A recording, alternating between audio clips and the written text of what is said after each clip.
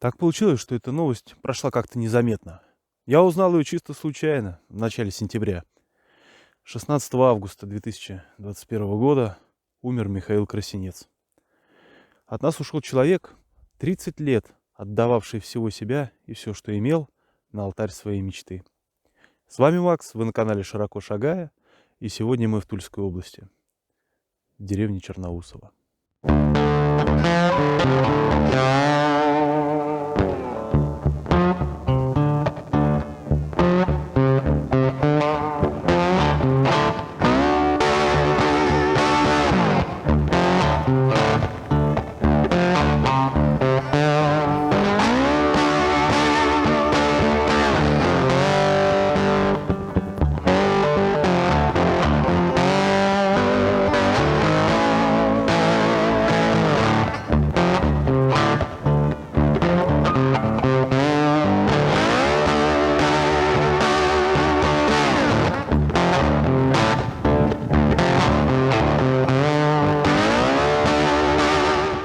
Михаил Юрьевич Красинец, бывший гонщик и механик заводской команды АЗЛК. Любовь к автомобилям и автоспорту у него появилась еще в детстве. Когда он подрос, то устроился на работу в спортбюро завода АЗЛК тест-пилотом. И на его счету более 30 реальных, можно сказать, боевых выездов на гонках.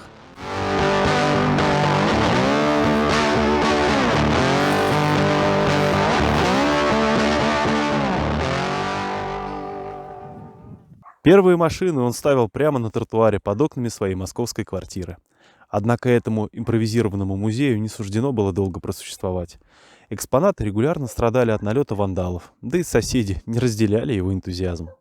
Вопрос был решен кардинально. Московская недвижимость была продана, взамен куплен дом с участком здесь, Черноусово. Постепенно все экспонаты были передислоцированы сюда. Но для Михаила Юрьевича это было лишь начало пути.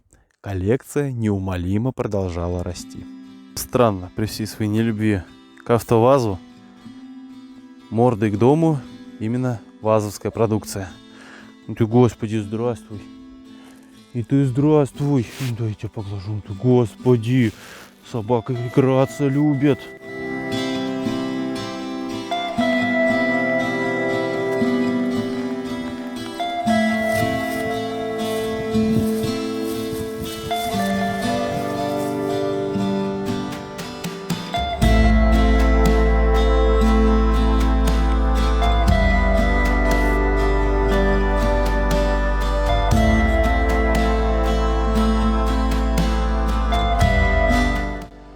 Михаил Юрьевич собирал свою коллекцию в очень удачное время. В 90-е и нулевые эти автомобили стоили очень дешево, и никто их не ценил. Ему удавалось их покупать за крайне незначительные суммы. Многие экспонаты ему просто дарили. Забавный факт, что, имея крупнейшую коллекцию автомобилей, Михаил Юрьевич передвигался пешком. Как он рассказывал, продлевать права очень дорого. Но он также упоминал, что однажды попался инспекторам в не совсем трезвом состоянии.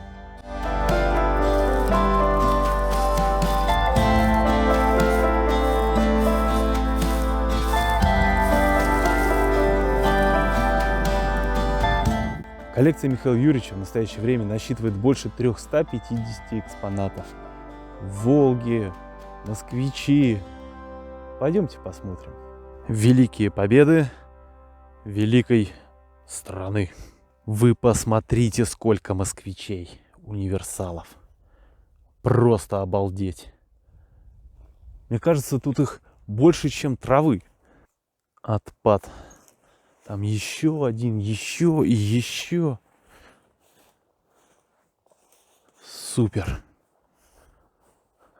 Ребят, я хотел сделать съемку, где я пересчитываю количество экспонатов, сколько автомобилей, чтобы не как в интернете написано, вот у него там 350 или более 350 автомобилей. Ну, честно говоря, это нереально. Здесь автомобилей больше, чем кустов, в которых они стоят, и все достоверно пройти, посчитать, но это займет минимум полдня. Давайте доверимся новостям из интернета и поверим на слово, что здесь больше 350 экспонатов. Помимо москвичей, советского периода, составляющих подавляющее большинство коллекции. Есть еще и вот такой красавец Светогор. Есть также арт Москвич. А вот так, друзья, выглядит Симка. Чем-то напоминает Жигули, если честно. Спешл. Какая у нас морда? Задорно.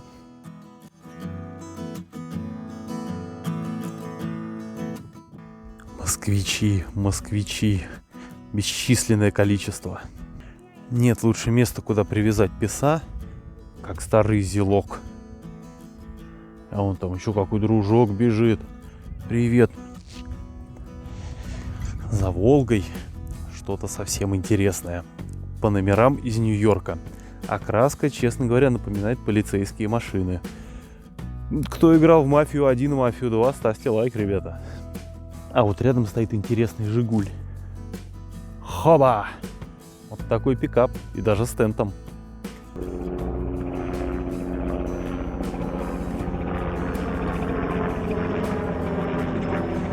Охрана музея. Какой красавец. Какой красавец. Мордаш ты. Супер пес. Ты грязный только, но классный.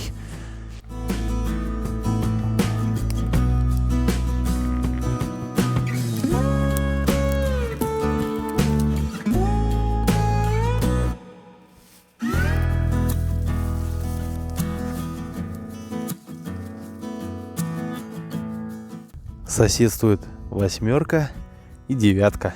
Причем обе с коротким крылом. Раньше короткокрылые переделывали, а сейчас считается блеском и шиком. Торпеды низкие. Ага. У кого это вроде коричневая. Да, вот шоколадный салон. До некоторых экспонатов приходится пробираться через крапиву. Но нам это не страшно. Ай, но все равно больно. Еще москвич. Минуточку. Паруль. Аж руки трясутся. Ребят, праворукий москвич. И это не шутка. Да, друзья, реально. Абсолютно реально, праворукий москвич. Теперь я видел все. Есть такой раллийный вариант. Не буду говорить, что псевдо, потому что я не знаю историю этого автомобиля. Но наклейки, фары, все есть. А за ним еще один. Тоже с наклейками СССР, москвич. Не удивлюсь, если оригинал. Хотя, может, и реплика. Прикольно. Вот еще такая была интересная решетка радиатора. Здесь все можно увидеть. Всю историю москвичей. Очень любил это дело Михаил Юрьевич. Кошмар, я не могу, глаза разбегаются, как будто в детстве попал в магазин игрушек. Удивительно, как ему это удалось все собрать без каких-то серьезных материальных вложений. Да, многие хают, что техника стоит под открытым небом, некрополь, кладбище, хоспис. Но черт возьми, ребят, если не так, то вы думаете, вот этот москвич, вот этот, они вообще дожили бы до наших дней хоть в каком-то состоянии. Или только уже в виде гвоздей. Михаил Юрьевич не обделил любовью и запорожца. Их, конечно, у него не так много, как москвичей, но все равно все, что выпускал завод, у него есть. Посмотрите, как здорово. Старая решетка радиатора, еще подфарники на ней. Класс. Конечно, экскурсионная тропа выглядит вот так, но это хотя бы тропа. На том спасибо. Класс. Супер. А вот это уже М-ка. Все на номерах. Класс. Зелененькая. Ух, какой красавица. Посмотрите. Супер. А вот и волжанки с разными решетками радиатора, разные поколения, но они все рядышком. Еще одна, 21-я, ну-ка.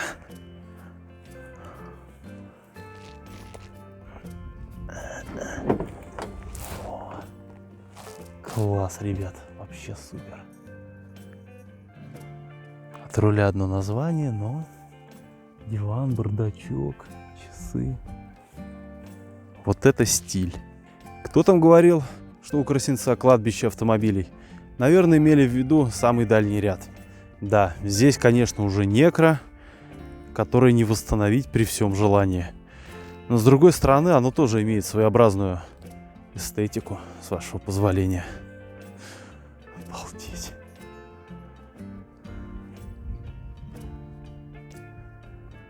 Ну-ка, а это что такое? Прикольно.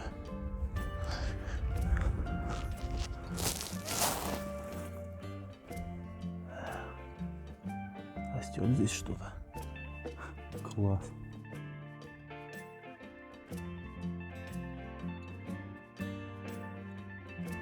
Ребят, кто опознал, что это такое, пишите в комментарии. Я не знаю. Ну, где москвичи, там и ижаки. Господи, ребят, сколько же их тут. С ума сойти. А вот, кстати, мы с вами можем наблюдать следы от вандалов.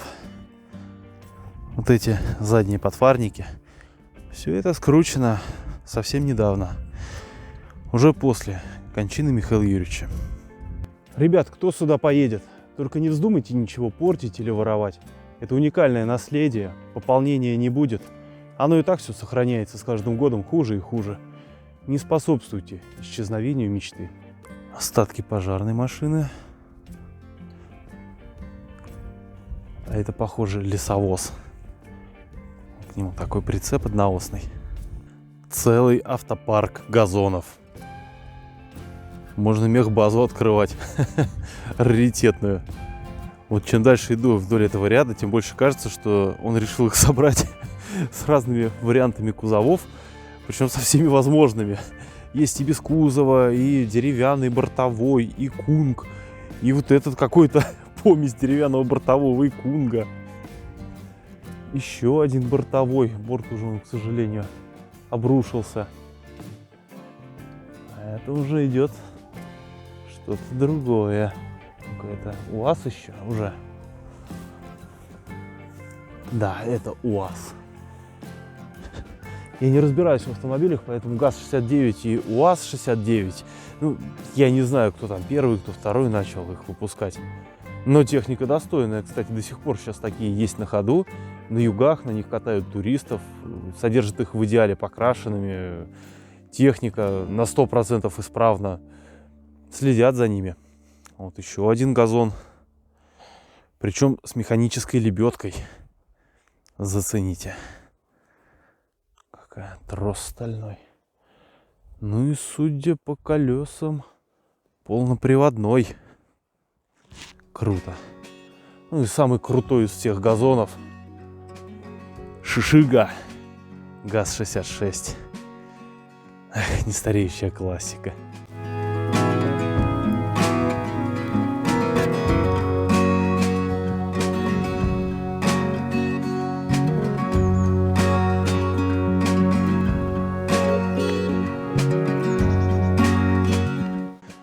ЗИЛ. Обалдеть, это каких он годов? Наверное, 50-х. С ума сойти. Еще один с запчастями для другого. Вот такой Иисус Мария. Ребят, это еще ЗИС.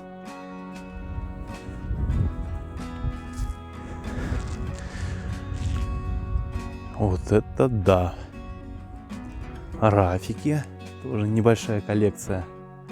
Там выглядывает жопка буханки. Кстати, УАЗики тоже здесь представлены. В виде классических козликов. Тентованные. Кстати, прикольно, наверное, летом тент скинул, надставки дверей снял и поехал на полноприводном кабриолете. ИЖ 27151 Мираж.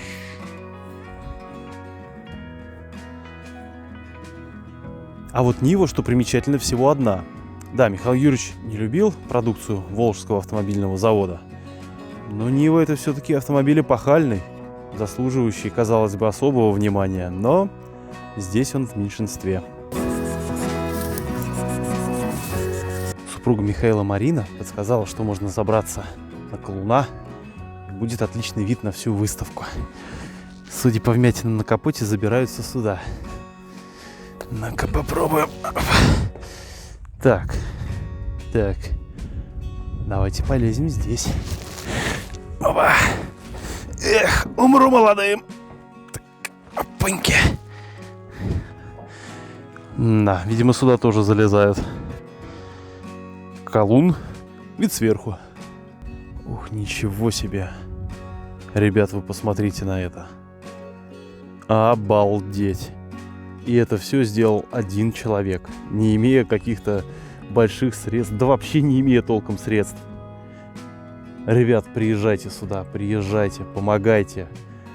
Делом, денежкой. Оно того стоит.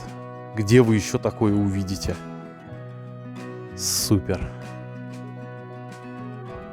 Один в поле воин. Прикольно. Можно видеть и с тентом, и рядышком вариант без тента. Да, на таком определенно было бы круто летом покататься до соседней деревни. Лев Беляев, друг Михаила Юрьевича, писал: но это был несгибаемый человек, до конца веривший в свои силы и цель. Полное собрание москвичей и ежей всех моделей и всех годов. Он говорил о крепком здоровье и хорошей наследственности, что доживет до 80 и больше, и все успеет. Человек с невероятной энергией и блеском в глазах. Железная воля и курс к победе.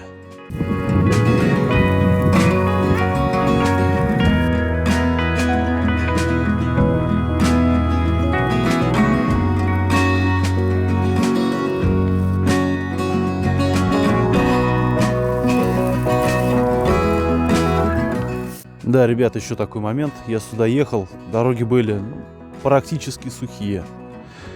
И вот что с машиной. Имейте в виду, самый сок коллекции от посторонних глаз скрыт. Знаете, может, оно и правильно. Кто в теме, кто в этом долго варится, он уже пользуется доверием. А людям посторонним это ни о чем особо и не скажет, и ничего не даст. Так что туда мы не идем. Кстати, вторая Нива. Нашелся ответ, что это за автомобиль. Все оказалось гораздо проще. Просто посмотреть на шильдик. По-моему, единственный американский автомобиль во всей коллекции.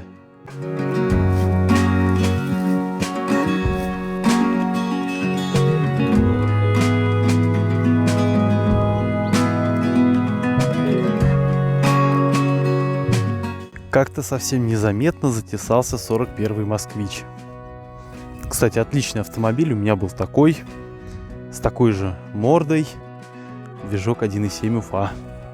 Как-то его совсем тут и не видно. Какой красивый, позитивный универсал.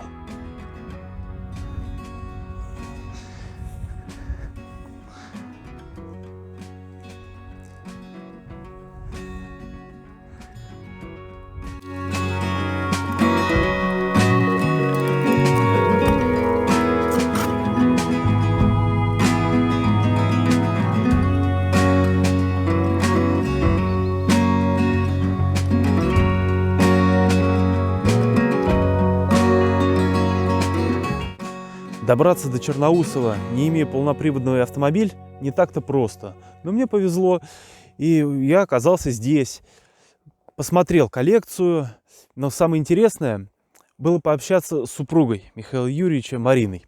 Из этических соображений я не вел какую-то скрытую съемку, что-то из-под тяжка. Самое интересное было узнать, что ждет это место дальше. А есть наследники.